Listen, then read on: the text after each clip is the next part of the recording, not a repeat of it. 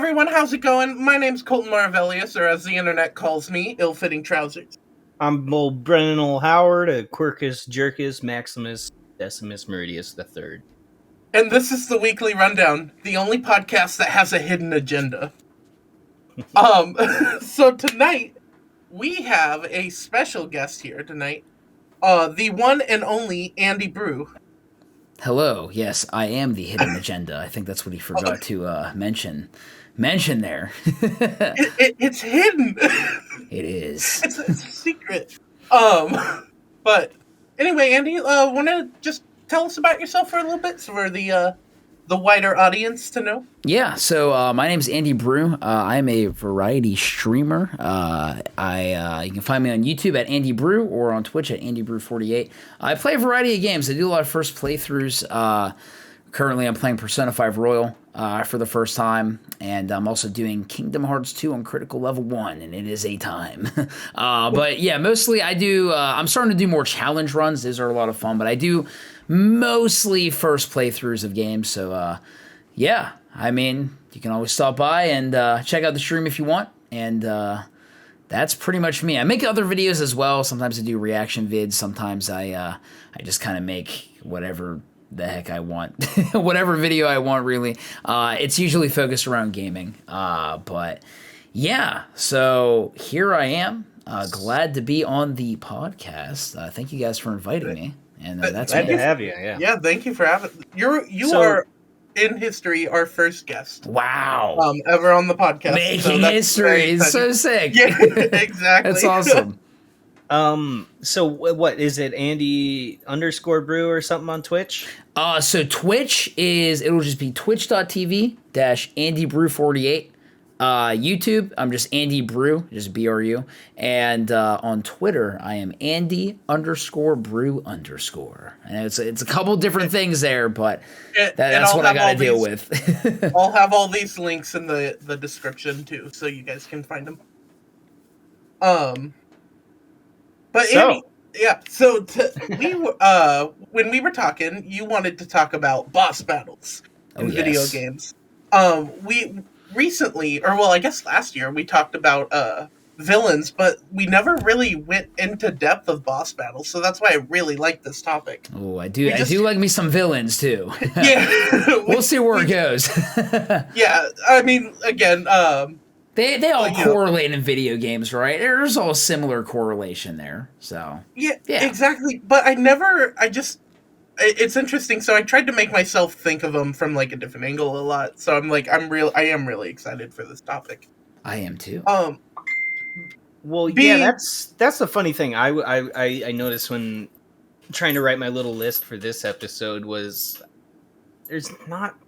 doesn't seem like there's a lot of boss battles anymore, especially in my gaming life. It just seems more like a Metroidvania trope.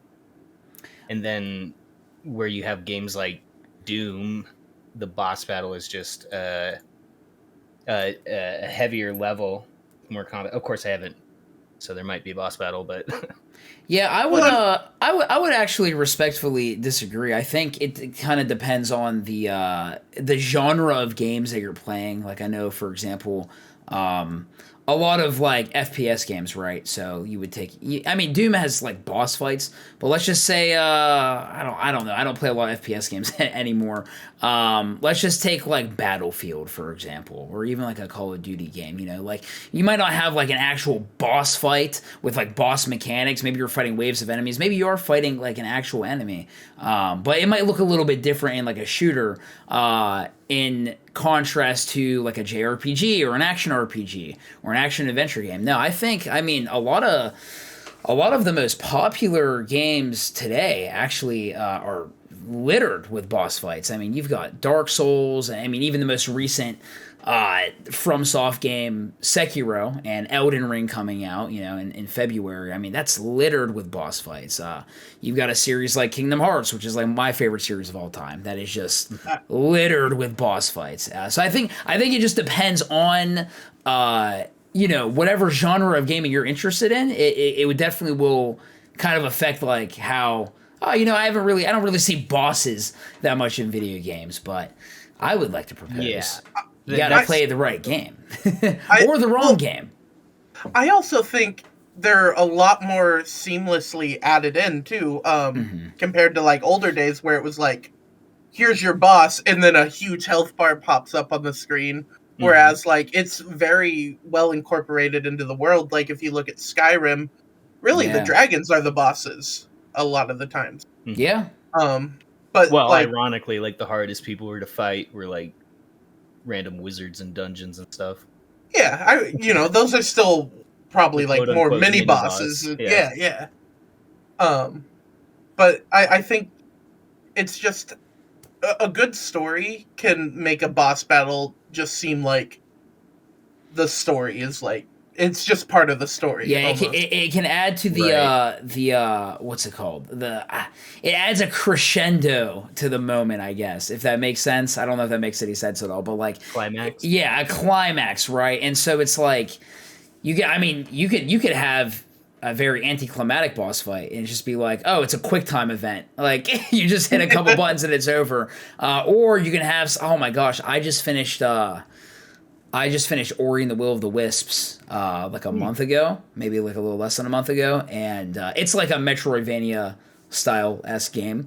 And that final boss was like insane because it was so unique. Like the whole like last 1/3 of the fight, you were like not even on the ground. Like you have to actually use abilities, like 3 different abilities that you learned to keep yourself up. And if you fall, you die. But you can also get killed by like actually getting killed by the boss. So it was pretty crazy. But yeah, it's right. I think if you can nail the atmosphere and just the setting and segue that into a great story and a good build up, man, you're gonna have a great boss fight. You're gonna have a great time fighting these bosses.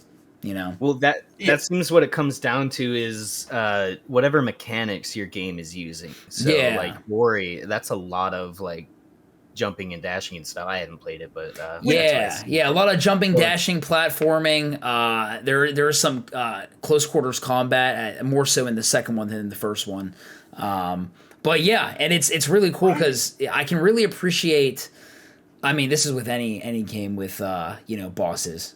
Just like I always appreciate whenever you get a boss fight, especially if it's like the final boss, and it makes you utilize like everything you've learned throughout the game. Yeah, exactly. Because it's like, oh my gosh, wait, yeah, like I got to do this, and I got to press triangle to do this. I haven't used this in forever, but I remember doing it at some point. Yeah, those are some of the best bosses for me because then it's like at that point you're at the final boss and you're like, all right, this is truly like. It's not just the end of the game. I'm not just trying to win, but this is truly like the test of my knowledge of how far I've come and like, how well can I execute this with what I've learned. And that's what it was all for. Yeah. So, gosh, that's like the thing. I've played some games that had pretty crappy final bosses, but then I played some games where I'm like, dang, that final boss left me so satisfied. Like just everything about it. So it's all about the execution, I think it comes down to a lot of times it comes down to, the boss is supposed to be the big bad, and it might not be so satisfying to beat him if it doesn't really play on your growth as a player, because that's what it's supposed to do, is it's supposed to show you your whole journey in playing the game. It's like, oh yeah, I've gotten so much better, and I can do all these cool different abilities now and deal with that and apply that to the boss fight, and that just I think that's definitely one aspect of it for sure. I do love like boss fights that make me feel powerful, but I there was one that I had to like I feel the need to talk about for sure. And it was Vader in like Star Wars Jedi Fallen Order. Oh, yeah. Yes. I never actually played Jedi Fallen Order, but I watched a playthrough of it. And because I see that here's the thing with that, right? Because it's not because he's like the quote unquote. Would you say he's like the quote unquote final boss, or would you just say he's kind of like he's like a little extra? Because it's not really like a boss fight. It's more so like, here's Darth Vader. Now run for your life, because he just just who he is he inflicts so much fear. Yeah, I wouldn't say he's a boss fight. Right. But the reason him inflicting all that fear is why I think I would say he's a boss fight. Right. And I think I would consider you could consider a boss. But I think just like in a game like that, honestly, I think like that's a perfect way to end it. Oh yeah. Because it's like it doesn't. It's like you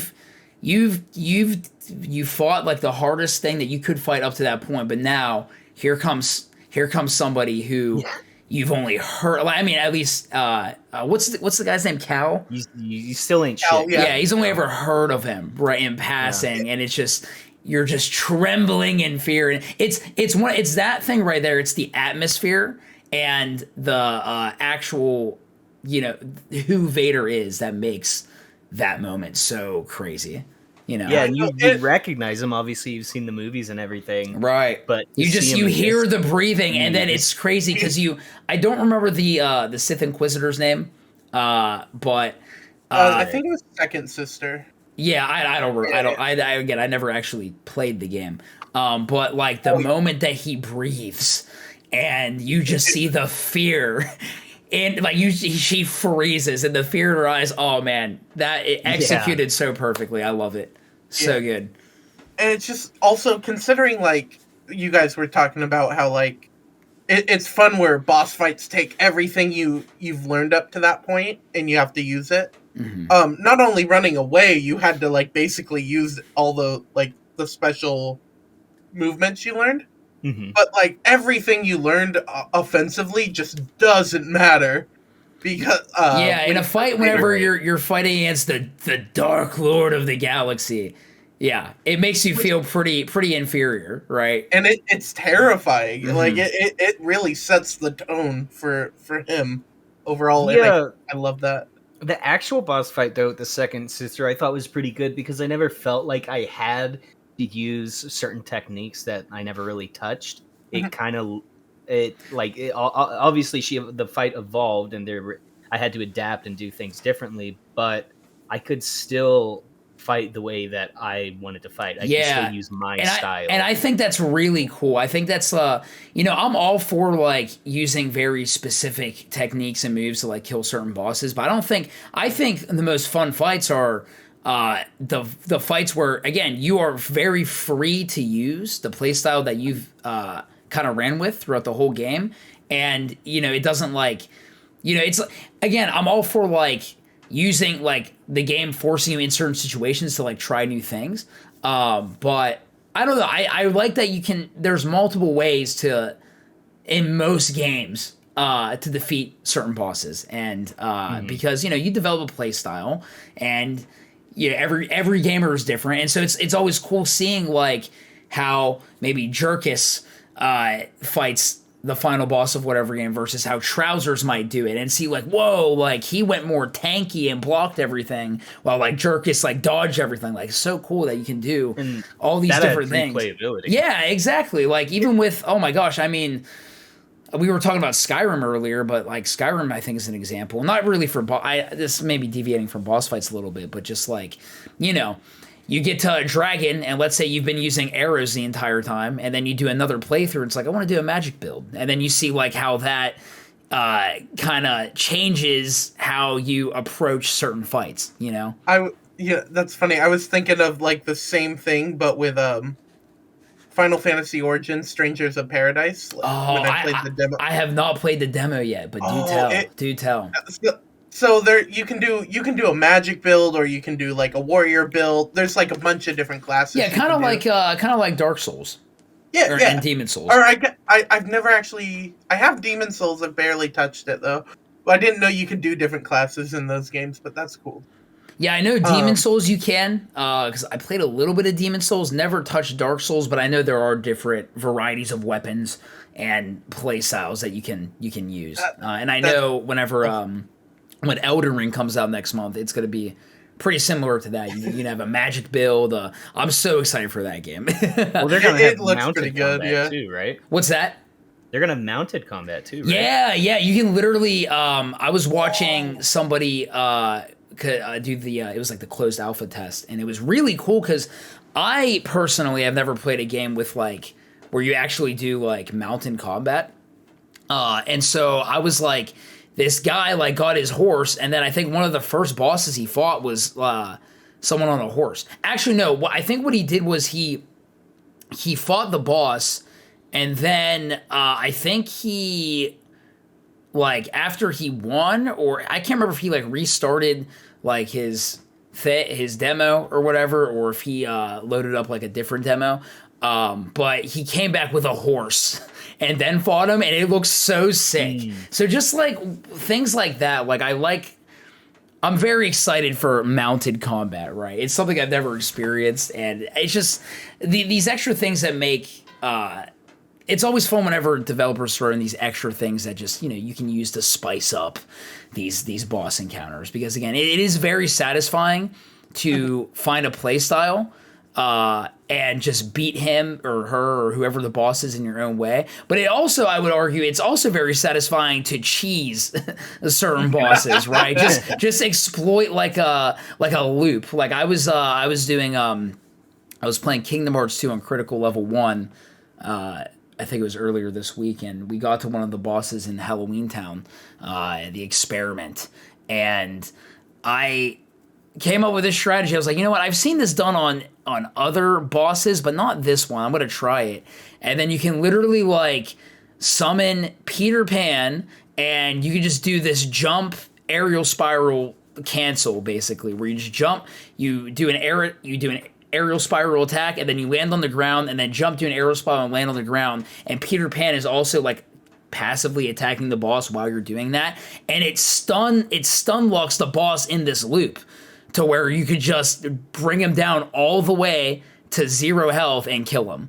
And I was like, wow. That's awesome. Yeah, it was so sick. You can do that with a couple bosses in Kingdom Hearts 2. I know you can do that with that same exact strat with Syx later on. I've never tried it, but I've seen it done. But it's just like stuff like that. It's like, I love being able to find ways to cheese bosses, right? Like, it's so satisfying because it's like, this is not the way that, I don't think this is the way it was intended to go down. But at the same time, it's like, you got to think maybe like the developers, whenever they were creating some of these, are like, they maybe kind of created them with the intent of, yeah, let's like throw this in here. Maybe somebody will figure this out, right? Kind of like how developers, they'll intentionally leave like certain triggers active in speedruns for speedrunners whenever they do like glitches and skips and stuff, because they're building their world around not just keeping the casual audience in mind, but like the speedrunners in mind. Like what can they figure out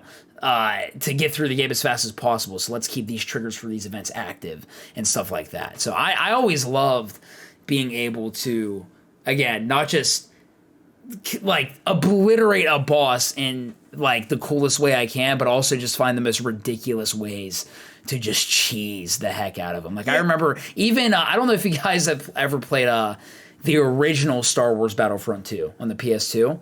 Oh yeah. Yeah, so if you do like the I think it's like the Rise of the Empire campaign, and you go to fight General Grievous as Obi-Wan, literally like you're like running to like the area where you fight him, and it's like the same exact area as the movie, and you can actually, whenever he spawns, you can actually see him just like fall from the sky and just do a bunch of flips, which is really funny. But then he lands on the ground, and literally you just run up to him and you can force push him off the edge, and it kills him. Like it's so funny. It's just stuff like that, and I'm like, that's amazing. That is amazing. I'd say we'd be remiss about doing a boss fight episode and not mentioning Zelda. Oh, I always appreciated that. How in Breath of the Wild you could go at anything from any angle, and that goes for all the boss fights too. Yeah, I mean, you can go straight to Ganon out the gate. You don't like, which is so cool. Like it gives you that freedom to do that, and like killing the chickens. Yeah, I don't know if you've seen a speed run of Breath of the Wild, but like some dude beat it in like 26 minutes or something, and it was just crazy. Yeah, like I don't think he went to any shrines. Like he had like a stick, and he just went to Ganon. Like it was awesome. It was so cool. But yeah, I mean, I've seen a lot of people who've done that. Like just like, we're gonna fight Ganon with a stick and beat him, and it's like, that's amazing that you can do that. I couldn't even. I was like, I didn't finish all the shrines yet or anything, or the like 4 bosses in that. Mm-hmm. I kind of put that game to the side for a really long time. I should get back to it. It is a long game. But I tried just going to Ganon with like 2 of them left, and I couldn't even do it. I couldn't imagine with a stick. Like, I have the Master Sword, and I couldn't do it. Right. But I wanted to just appreciate how you can attack those bosses, especially in those the guardian bosses on the weird in Breath of the Wild. Yeah. Because like you can just brute force them if you wanted. Right. Or you can use overpowered arrows if you wanted. Yeah. Or you can find the funnest way to do it. Right. And that's really special. I really think, and I don't think this has to be the case with every single single player action adventure, JRPG, RPG, whatever. But I really do appreciate whenever you have, again, this creative freedom to fight and not just enemies, but boss fights as well. However you want to. Like, you can approach one of the 4, I can't remember what the freak they're called. I guess the Guardians, in Zelda. You can approach them with bomb arrows and just stack up on bomb arrows, and like that's how you win. Or you can use, I remember for the water one, you can actually whenever the water one shoots like, I think, a projectile at you, you can actually use stasis and stop the projectile and hit it back at him, and it does like major damage. And so it's like the game actually rewards you for figuring out like all these like other ways to fight these bosses, you know? Yeah, they've kind of thought of everything. I just really like how you can pick your own difficulty, really. Yeah. You can get the Master Sword, or you could fight Ganon with a stick. So, well, let me ask you guys this: what are some of your favorite boss fights that you've fought over the years of gaming? I should say. So there's one boss battle, and it was just, for me, it set like the whole tone of the game. So it was Kingdom Hearts 2, but it was the first, like, the Twilight Thorn Nobody. Yeah, the Twilight Thorn. One. Yeah. Mm-hmm. That one is first of all, it's just so much like the Dark Side battle in so many ways. Right. But then it shows you, like, no, Kingdom Hearts 2 is going to be a lot different. Right, because like, you've got the reaction commands, and there's all this cool stuff happening. It's like Roxas is like flipping and dipping like through like the freaking the Twilight Thorn, I think, turns like the Station of Awakening upside down or something.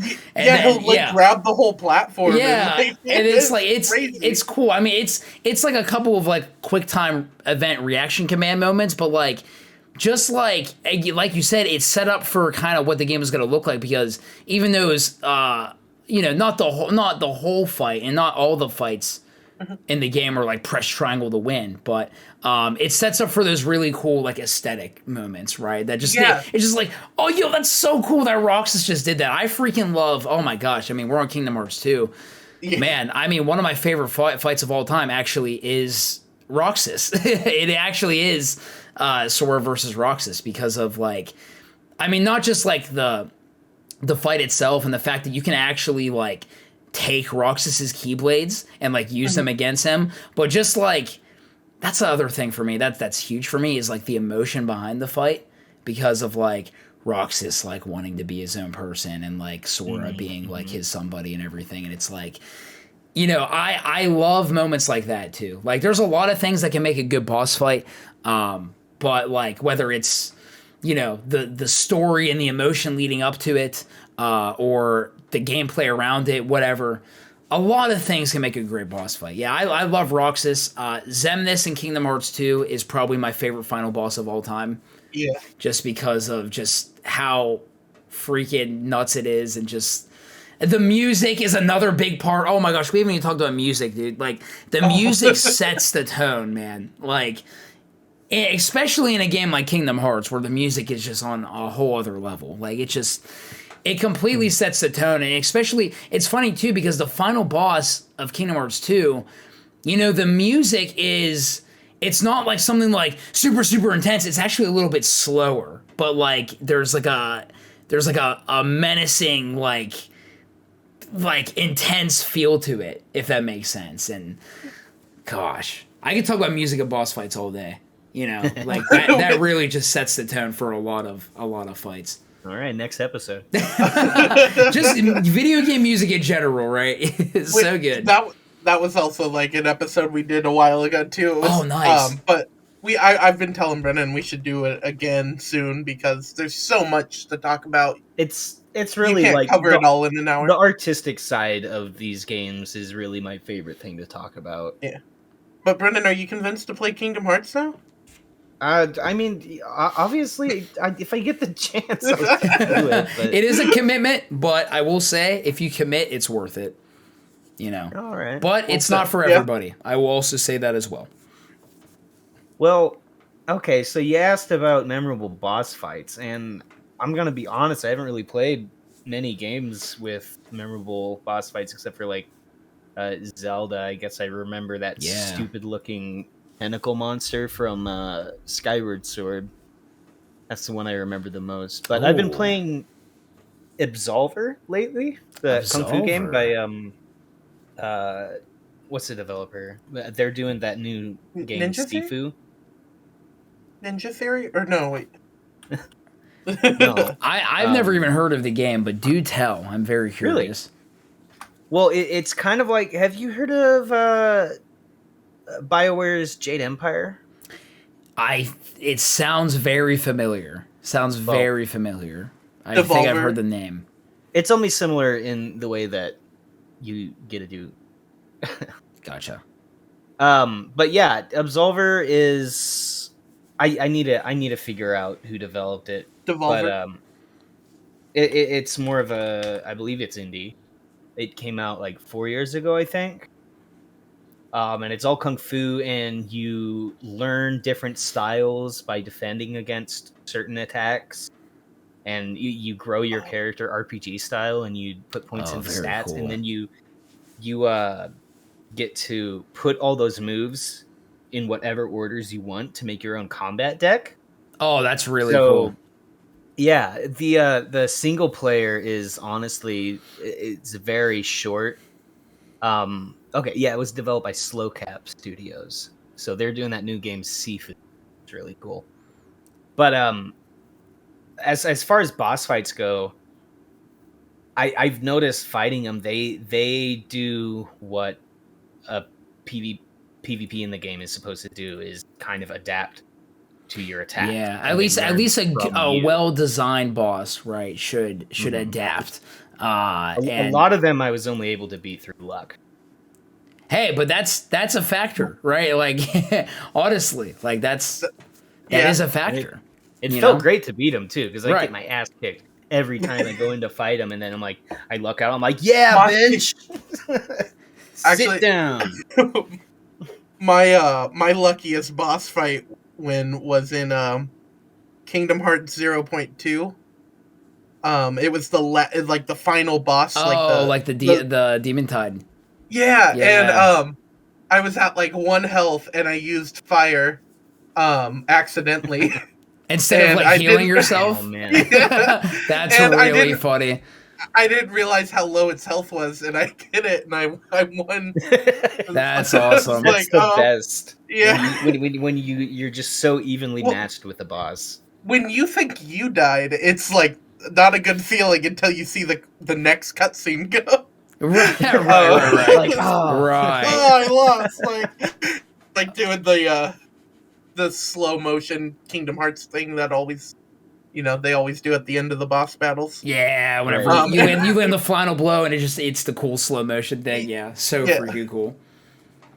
Yeah, I mean, oh gosh, I'm trying to think. I mean, we're talking about Kingdom Hearts. I have to bring up Yozora. I mean, I still haven't beat Yozora. Yeah, and which should show not just how difficult he is, but like, honestly, like, I'll be real, like the data fights in Kingdom Hearts 3 and the Yozora fight, I think probably some of the best boss fights I've ever experienced, just because it's like, it's not like you don't have to do. It's not like gimmicky. I mean, Luke's sword is gimmicky because that's how Luke's sword always is with cards and stuff. But like it's not like super gimmicky. It's literally just like, all right, block, dodge, learn the attack pattern, find the opening, punish. And and that's how you beat those fights. And I actually love that, And it's really cool because like, I don't know if you've watched like YouTubers like True Blade Seeker or any of these YouTubers that do like these they just do like raw gameplay, but it's like fighting, let's just say fighting Marluxia in style in Kingdom Hearts 3, like the data fight, and it's just like he's using like all these different Keyblade transformations and like finding all these creative ways to like fight them instead of just like block, dodge, punish the opening. It's just really cool to see. But yeah, that's another thing about like that I love, not just about Kingdom Hearts bosses, but really just any boss, whether it's like a Souls game that I'm playing. I know Sekiro is one that comes to mind for me a lot because the boss fights in Sekiro are just like, it's literally like it's just like this dance. Like you're just like dancing. And I think that's a really cool feeling. Because at that point it's like you're not even playing. Am I even playing an action game anymore? I feel like I'm playing a rhythm game. I'm just getting the timing down and learning the patterns. I love that stuff. And like stuff like that, like the data battles and games like Sekiro and stuff like that, Yozora especially, they made me, I genuinely believe that those fights specifically, in my experience, have just made me better at video games, like overall. Well, it's not like it's repetitive rhythm, right? Right. No, it's not. Well, because it's like what happens. I'll take the data battles for example. Let's just say, any of them. They have a lot of them have like what I call a script. So like they have moves that they'll do, and some of them have moves that they'll do in like a certain order. But sometimes it's like they'll start off with like a completely different move. So like for example, Vanitas is one of them where like he follows a script of like what moves he does, and you just gotta kind of learn like the pattern and like how the heck how the block and where the openings are, and then you can beat him. But sometimes he starts off with like a different move and his pattern is completely different. So like what moves to expect, but you don't know when to expect them. And then a lot of these fights, they'll have like a phase 2. So it's like, all right, I get far into the fight and this, not just the Kingdom Hearts. I talk about Kingdom Hearts a lot because I genuinely I love the boss fights in that series, but like you'll get to a phase 2 where it's like now they're going to do something completely different that you've never seen before, and it's devastating. And it's like, and then you die and it's like, crap, now I got to figure out this. And so then you work your way to that, and then a lot of bosses nowadays that I've experienced will have what we call a desperation move, or a DM for short. And so it's like, all right, you've almost killed this boss. However, he's got an ace up his sleeve that he's not played yet. He's not revealed yet. And then it's just like the wackiest like attack that you've ever seen in your life, and then you get killed, and it's like, well, now I gotta learn how to do this. And so it's more so like the journey, learning how to fight the bosses, I think is one of my favorite things about just boss fights in general. Just like the journey. And like a lot of these fights have just honestly made me better at video games. Like Yozora literally made me better at just playing action games, I feel like, because that fight took me days. It took me days to beat him, but it was so satisfying in the end. And like, oh my gosh, I can go on forever. Like Dark Riku is one where it's like he's so different from all of them, where like he doesn't really have a script. He just kind of mashes every single button on his controller and just throws whatever the heck out there. And it's like, I don't know how the heck to beat this guy, but like, yeah, it's just it's a learning process. So I've talked a lot. I need to breathe. I'm sorry. Well, that's always the best feeling when you have that super difficult thing in a game and you just get frustrated beyond compare, and then you finally get to be good enough to beat it. It's so satisfying. Is so good. It's one of the most satisfying feelings of video games, if you ask me. Yeah, it doesn't make you. It doesn't just make you a better gamer at the end of it all. It can help you be a better person. It can help you learn to take defeat. Yeah. And learn to stay focused when taking defeat. Yeah, and like you get knocked down so many times, and it's like, you know what? I'm not gonna stop. So it kind of ingrains that in you of like, you know what? I'm not gonna quit. Right? Well, I'm not gonna quit. You get knocked down, but you get up again. Exactly. You ain't ever gonna keep me. Oh, so good. So you're saying I need to take the Yuzora challenge again? I would highly recommend revisit a Yuzora if you can, because I will. It's very sad. Yeah. It is the hardest boss in the whole franchise, but it's meant to be like that because even more than the Lingering Will. I would say so. Yeah. Oh wow. Okay. I would say so. Yeah. I also never beat the Lingering Will. I didn't. I know there's like a certain pattern there though, and I never learned it. Yeah, and that's for all of those bosses. It's learn the pattern and find the right time to punish. And like we were saying earlier, like you can maybe even utilize certain tools in your kit to even exploit those openings even more. So, Colton, you can handle anything now because you've defeated the most difficult boss in gaming history in Halo 2 last. Yeah, but I cheesed it. But wasn't it so satisfying though to just cheese it? That's what I'm saying. I've been playing through the Halo series, and I've been Cheese City in that game. All right, it was a prophet of truth. Yeah. The guy in the floating wheelchair that you're supposed to jump on and just. And I talked it up. It's like, oh, dude, better get ready. Well, so I gotta hear how you cheese them. Like I gotta hear it. I was more thinking like just the game in general. I guess I just kept. You didn't cheese them. You did them exactly how they wanted you to do it. How you're supposed to do it? Just punch them a lot. Yeah, you're just supposed to board them and beat the crap out of this guy. I would like jump on him and just keep punching him, and then instantly run away. Right? No, that's intended. I was like, wait, you found another. I want to know this other way that you used to beat the prophet of truth, because there really is like only one thing I think you're supposed to do, if I remember. I've just been. Like, in the game in general, the series, I guess, so far, I've just been taking vehicles to places you're not really supposed to get them. Oh, yeah, dude. I don't know if you've been... Well, I mean, you're playing through the whole Halo series. I don't know if you played Halo Infinite at all. No, I'm on 2 right now. Yeah, so you're working your way through it. I gotcha. Yeah, it's... I'll just say this. It's really fun whenever you get access to, like, let's just say a Scorpion or a tank, and it's like, There's a mini boss encounter up here.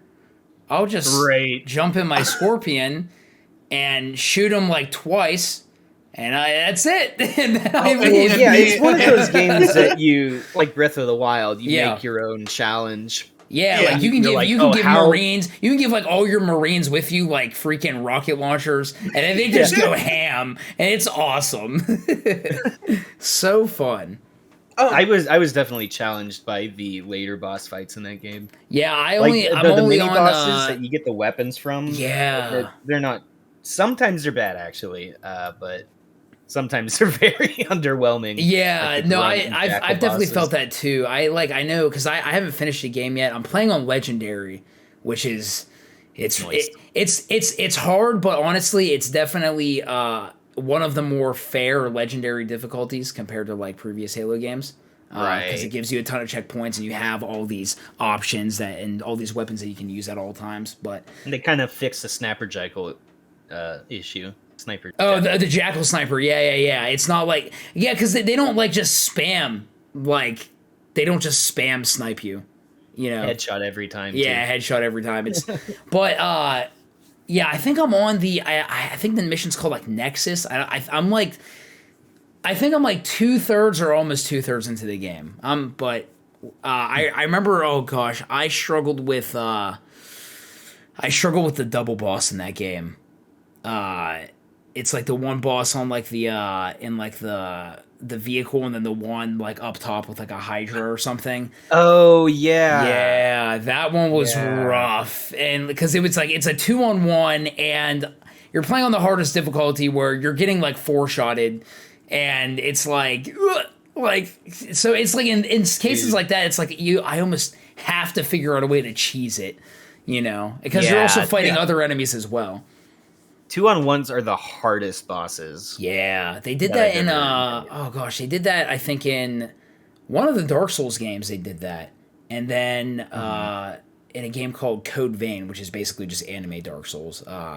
They did that, but you had you had the option to bring a partner with you, so it wasn't that bad. But it's like, it's still really tough, you know, because it's not like not like like turn-based JRPGs where it's like you might be fighting like a dual boss, but it's like, you know, it's turn-based, you know, you get to choose who to attack and stuff like that, and you have multiple party members. But yeah, I mean, the Halo Infinite bosses, they've been fun. Like, I don't do a lot of first-person shooters, but I really enjoyed honestly my whole experience with that game so far, and its boss encounters. Even the double boss, once I figured out like kind of like my strategy, it was like so satisfying because I spent probably a good hour on it, and it was awful. I remember struggling with that too. I have a question. Did you, Jerkus, how long did it take you to fight the Gravity Hammer guy? Gravity Hammer guy? What Gravity Hammer guy? In Infinite? Yeah. I can't remember his name. Oh, the boss fight later? Yeah, he's like I think midway through the campaign or something. He was the hardest. Here's what's funny, because my buddy came over because he's like a huge Halo fan. Like, Halo to him is like Kingdom Hearts to me, essentially. Like, he's just like, he knows all the lore like the back of his hand. I don't. I'm not like a sicko like him. I say sicko in a good way. But he so he was like, yo, good luck with this fight. And so I'm not joking. Like, I went in and I had like a sentinel beam and I had a skewer, and I got killed one time, and then my second try, I literally just obliterated his shield with the sentinel beam, used the skewer, and I killed him on my second try. It took me like a good 20 reloads. Yeah, and it's funny because my buddy was like, dude, what the heck? I'm like, what are you talking about? He's like, dude, this is one of the hardest bosses in the game. I'm like, well, I mean, I don't know what to tell you. But then, like, later on, I'd find myself struggling with like another boss that people think is like really easy. So it's like, and you did it on Legendary? Yeah, I did it on Legendary. Oh, yeah. I'm impressed. I honestly, I think I just had the right weapons at the right time. That's literally all it was. Like, I had no business having a sentinel beam and a skewer. I just had them because I haven't had a sentinel beam in a minute, and there was a skewer in that area, I think. And the boss was there, and I was like, oh. It was literally just like right weapons, right time, you know. But yeah, that's funny. The sentinel beam's really powerful. I just don't like using it for some reason. It's just not very satisfying. Yeah, I mean, but that's a big part of just playstyle. Like, again, there's multiple ways to not just play the game, not just fight the bosses, but literally just to experience the game, you know? They give you all these tools, like you got the drop shield and the dodge and whatever. Mm-hmm. Well, I spec'd everything into the grappling hook, of course. The same. Oh, absolutely. That's the first thing I maxed out. Like, I truly believe, a little tangent, but I truly believe if you want to make any first-person shooter better, just give the main character a grappling hook. And, just give him a grappling hook so you can just zip around. Oh, it's so good.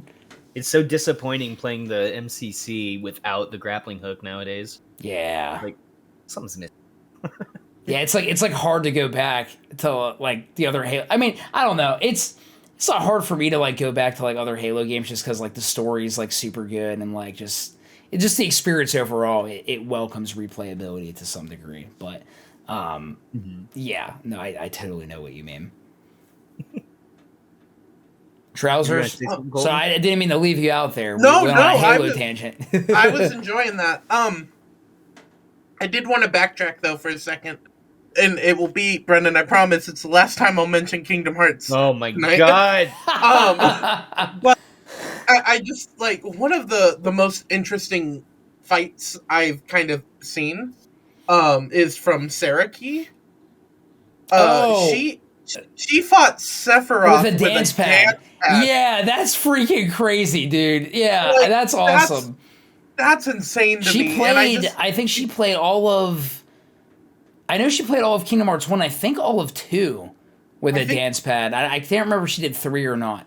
I wonder if she fought the Lingering Will with a dance pad. I don't know, but yeah, I think that like I love. Oh my gosh, dude, seeing like seeing people like not just restrict yourself in game with like, all right, I'm just gonna take all my armor off and use the weakest weapon and get like take these abilities off. It's like, whoa, this guy's a sicko, dude. He's going crazy. It's a whole other level. It's a whole other level. It's like Sarah Key's like, yo, I'm gonna use that dance pad. I ain't even gonna use a controller, and it is really fun to watch. Like, I actually really want to try it. Like, I would love to try that.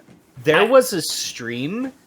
They were streaming Halo CE on, I think, Legendary, but they set it up so that the chat played Master Chief. So they do like command. It's like Twitch and do like a voting ratio, so whatever command gets the highest amount of people voting on it, that's the way he'll move, and he'll move like one step forward, one step left. Oh wow, that sounds chaotic. That would take forever. That sounds chaotic. Yeah, it took like a couple days, but they beat it.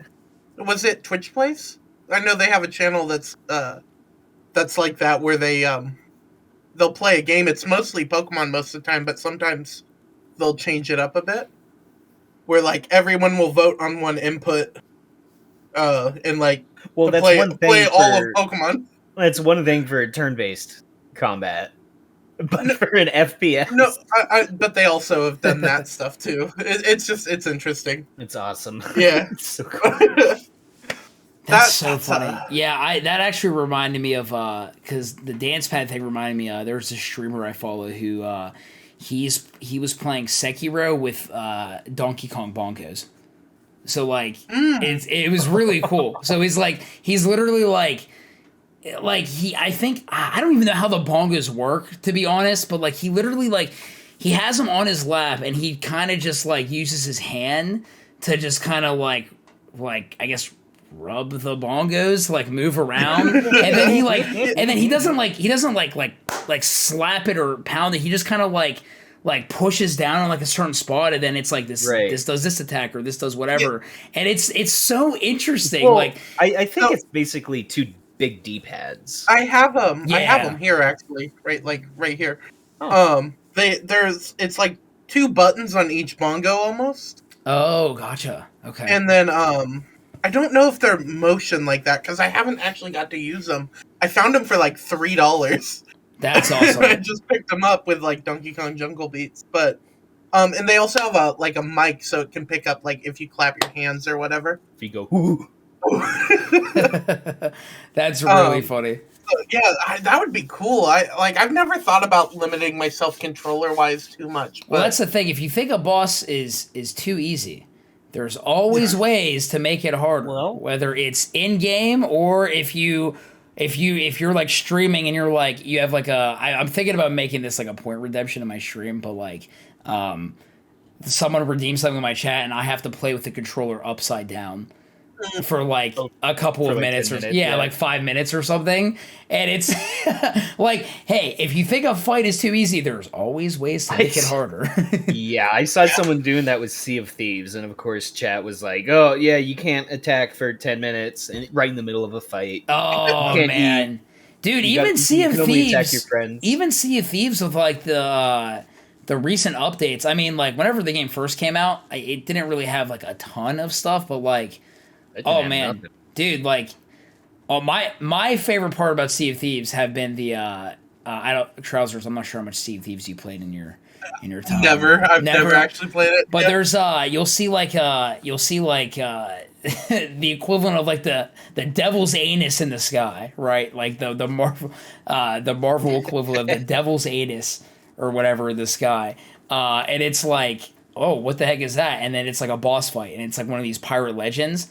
And it's honestly so fun. It's like this is the closest thing that I'm gonna get to something that I like actually recognize in this game. Because the Ashen Lords. Or whatever. Like the Ashen Lords, fire ones. Yeah, like he has like certain abilities and mechanics, and like he has a desperation move that he pulls off whenever he's low on health. Like he just summons meteors like to rain down. It's like that's so cool. I love it. You know. And Sea of Thieves did a crossover recently with Pirates, right? Pirates of the Caribbean, yeah. Mm-hmm. Sure did. That's really cool to me. Like, Yeah, it was fun. It was just like the ride. They knew what they were doing. They're like, oh, people just want to go through the ride again. So Actually, that makes me think. There's like crossover boss fights like that though. Yeah. Like Shovel Knight has depending on like if you're playing it on the PlayStation, there's a secret boss where you fight Kratos in Shovel Knight. Are you serious? That's amazing. Yeah. That is cool. Incredible. And I forgot. I think it has one for like almost every system it's on. Oh, that gives me a reason to play Shovel Knight now. Like that's my only. I've never played it. No. Oh, it is fantastic. Yeah. I love that game. Like I love it way more than I thought I would have. Wow. Ever. Man. Like yeah, but I think only on the PlayStation it has that secret Kratos boss. That's And crazy. then, I think Xbox might have something as well. I don't know though. Yeah, probably something obviously Microsoft related. Yeah. You gotta fight Chief or something. Master Chief. Oh man. I don't know. I'm guessing. I wouldn't want to fight Master Chief, man. He freaking scared. He's scared. You want to fight Kratos? Okay, I will say this. Dude, we were so robbed of a freaking Master Chief Agent Locke fight in Halo 5. Like, oh, I don't even want to talk about it. I mean, the campaign was not great, right? But, like, I don't know if you guys have seen the, like, if you guys have ever watched the, it's like Halo 5 Master Chief versus Locke, but it's lore accurate. Like the lore accurate videos. Oh, right. Oh, they're so funny because it's just like, this is really how it should have went down. And Master Chief just obliterates the crap out of him. And it's so funny. Because it's like, that's how it would have went down, right? When in reality, they started fighting and then Locke was like, my mom's name is Martha. My mom's name is Martha. My mom's name is Martha. That's actually my new AI's name is Martha. Oh, that's so funny. I'm sorry, I have to bring this up. I just came across it. According to God of War director Cory Balrog, yeah, Kratos' appearance in Shovel Knight is considered canon to the God of War lore. Oh, that's now. Well, now I have to. Now I have to because I'm so expecting Shovel Knight to pop up in God of War Ragnarok now in some way. Oh, I know, right? Shovel Knight is now a Norse god. It's gonna be awesome. And back boy. It's like he's some opponent. You mentioned like crossover stuff. I mean, I know I'm not into like fighting games like that much outside of like Smash Brothers and like Marvel vs. Capcom, but like immediately I just thought of like just all like the crossover stuff that like fighting games have done in the past. And I actually, what I was thinking of, and I think it's just because I got a notification because somebody's playing Monster Hunter right now, was whenever I mean Monster Hunter's done like a lot of crossovers, but I think my favorite crossover personally that they've done was they did like a Final Fantasy 14 one, and or I think it was just Final Fantasy in general.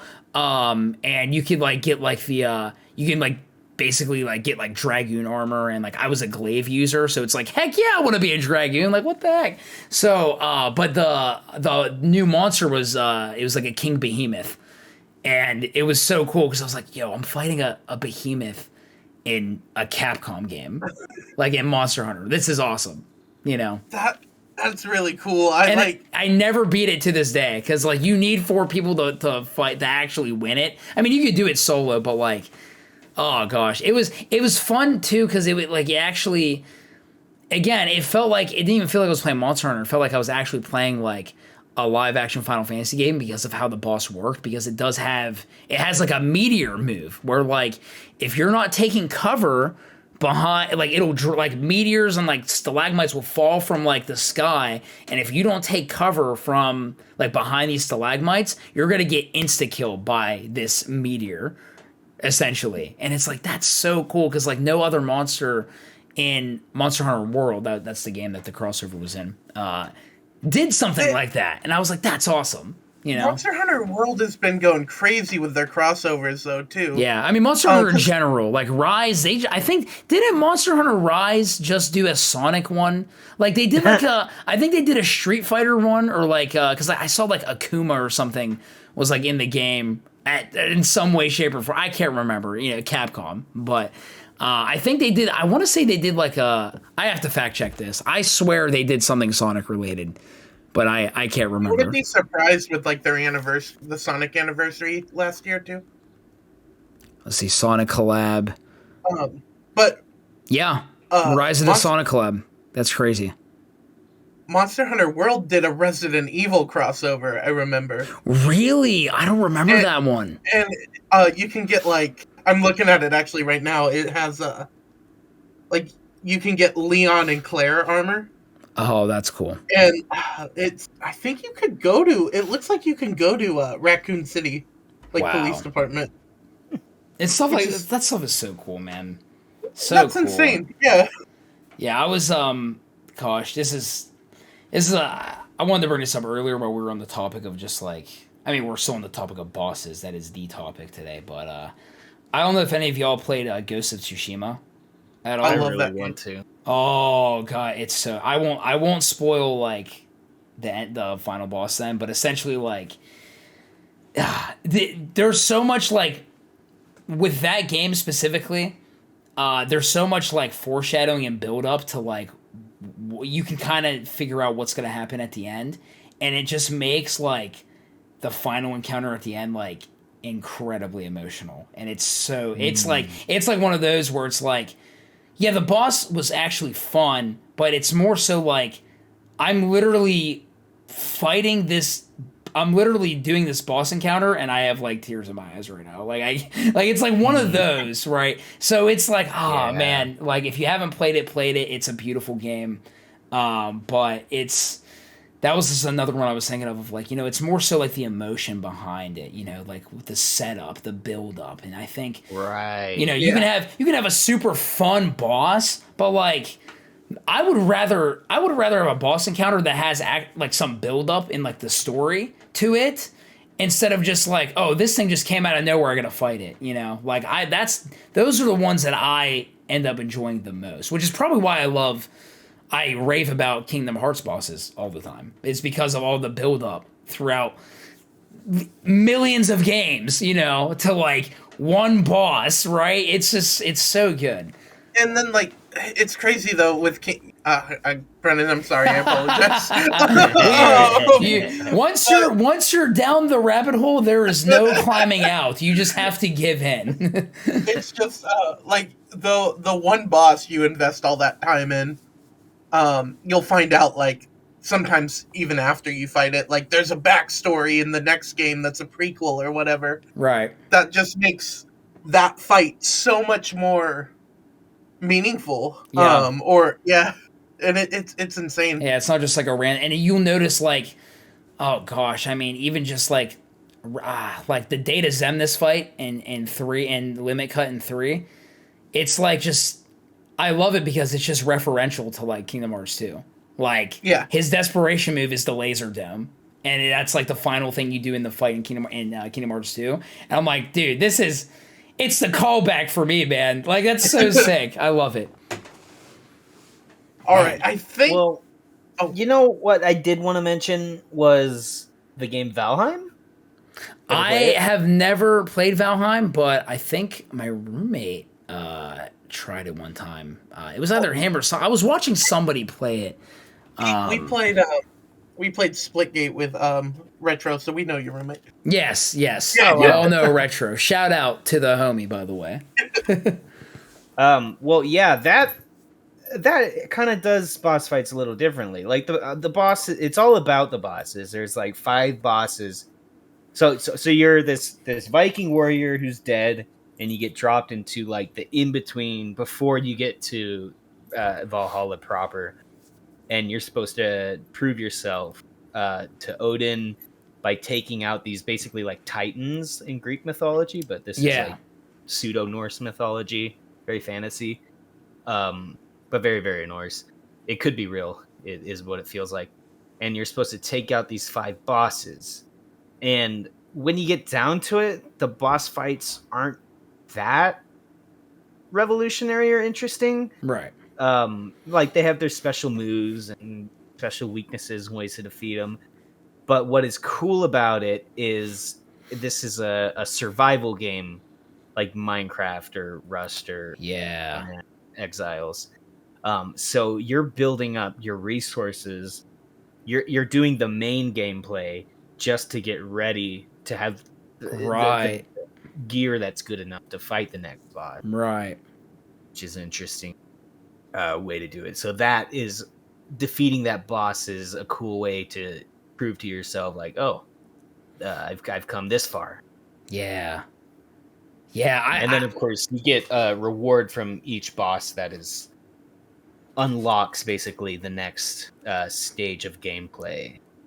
So like you have to defeat the first boss so that you can make a pickaxe so that you can mine stuff and get into the Bronze Age. Right, for sure. Yeah, whenever you said that, because I've never actually played Valheim, I thought it was gonna be like a boss rush of some sorts. Because I love actually when games do that. I know one game that did it. Actually, both of these games in the series did it. Is The World Ends With You. The World Ends With You at the end of the game. If you do like the extra like some post-game stuff, you can actually find an area where you can do like a boss rush and fight all the bosses in the game, and it actually times you to see how fast you can do it. And you just have to do it all in one go, and it's so crazy. And I know we were talking about Sekiro earlier, but one of the more recent updates within the years of Sekiro was they added a boss gauntlet. It's like a boss rush, and it's just like you've got to. If you die, you die. You got to go all the way back to the beginning. You got to beat all the bosses in one go. And it's crazy. And then, but what's so punishing about that is the very last one for each like gauntlet, they throw like a similar boss at you. However, he has a move that's you've never seen before. That's only exclusive to the gauntlet. So it's like you work your way all the way here, and it's like, all right, I fought this guy before. I can beat him. I know his moves. And then he throws something that you've never seen before. Like, not in the base game or anything. It's like, wow.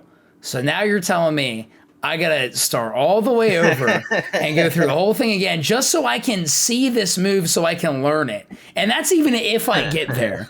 Oh, yeah. It's brutal. But I love that, though. Stuff like that, whenever you actually figure it out, insanely satisfying. And I think that's like the point. Oh, yeah. Right? Yeah, that's a freaking climb right there. Yeah, that's some what is it, Sisyphus shit. It's pretty messed up, man. Like I felt deceived. Like I felt betrayed. I was like, you're kidding me, because it was like one of those fights where it's like, okay, this is actually like my favorite boss in the game. I fought this boss a million times. I know his moves, and then he just pulls some crap on me, and I'm like, I feel like I don't know what I'm doing anymore. Like I gotta go back to square one. Oh man, it's wild. That's cool to have like that stuff added, just for the clout. Right. Like back in the day, you were like, yeah. Oh yeah, I beat the game. Exactly. Whatever. Yeah, I can do this again. I can do it blindfolded. Not everybody can beat any game ever, so it's cool to have that option to do something to say, yeah, I beat Halo on Lasso.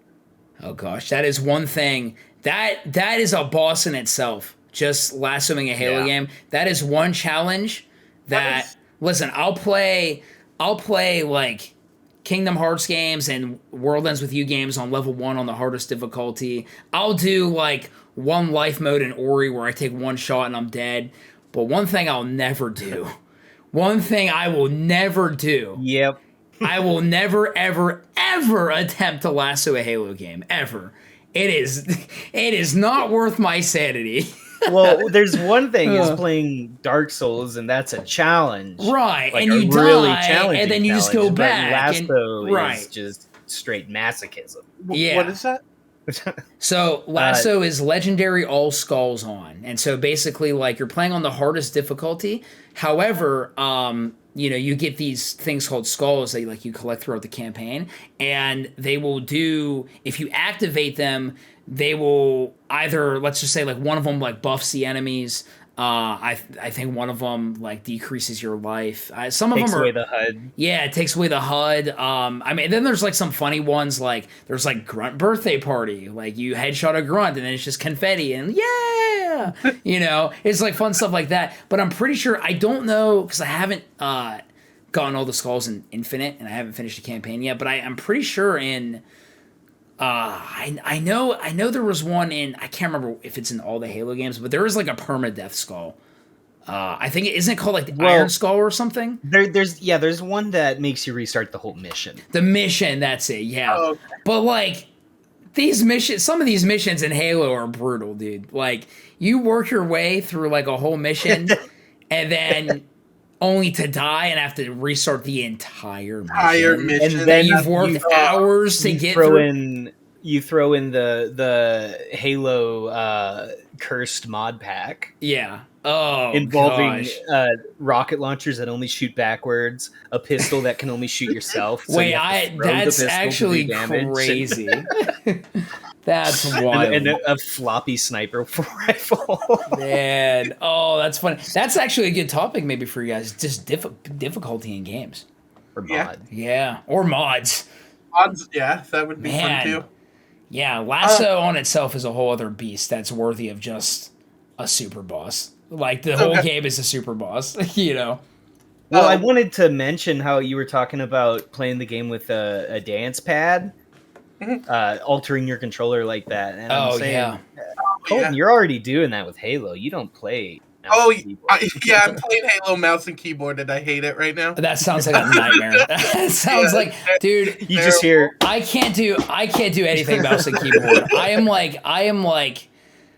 am like mouse and keyboard challenged when it comes to gaming. Like the only time I've ever done mouse and keyboard was whenever I was younger and played like the pinball game on like my dad's laptop, like mouse and keyboard, sweet. Yeah, but like and then I dove into Final Fantasy 14 a little bit, and I was like, you know what, I'm gonna try mouse and keyboard because I think I could do it, and I'm getting used to it, but I hate it. You know, I'd rather just play with the controller. So we have time for just like last thoughts. We're at our hour mark right now, a little over it. No worries. I just wanted to let you know. Do you have any last thoughts for just like last 10 seconds? I thought the Witcher series was pretty good with the boss fights. If you play Witcher 3 on like highest difficulty, it really brings you into the roleplay aspect of being a Witcher. So the bosses are a lot harder, so you really have to do the whole meditate and pick out your 3 potions that you've got to actually play the game like a Witcher, not just like a hack and slash and you just run right through it. You know, I've dipped into The Witcher 3 a little bit. I personally can't get into it too much. I would like to revisit it though, because I think maybe it's a little heavy, I guess. Yeah, I think maybe my opinion will change now. I just never very committed. Roleplay, very. I'm already like convinced I'm going to replay The Witcher when it comes out on the PS5. Because at this point, my PS4 I had to send in to get repaired. And they wiped my hard drive after I beat the game, but right before the DLC came out. Gotcha. It was very upsetting. I bought like the physical editions of the DLC, so I have like physical Gwent cards. But I've never played the DLC, and I really want to. Alrighty, guys. That's all the time we have for tonight. Andy, thank you so much for being here. It was really awesome. Yeah, thanks for having me. This is a super fun conversation. Very much, I was very much looking forward to it. You are invited anytime you want to. Like, we'll be doing topics all the time. That's kind of our thing. Well, I will be around. Thing. Yeah. Well, we will definitely be in contact more for sure. I appreciate it. Brennan, any final words here? Bazooka. Perfect. The perfect final word. All right. Have a great night, everyone. Bye. Bye.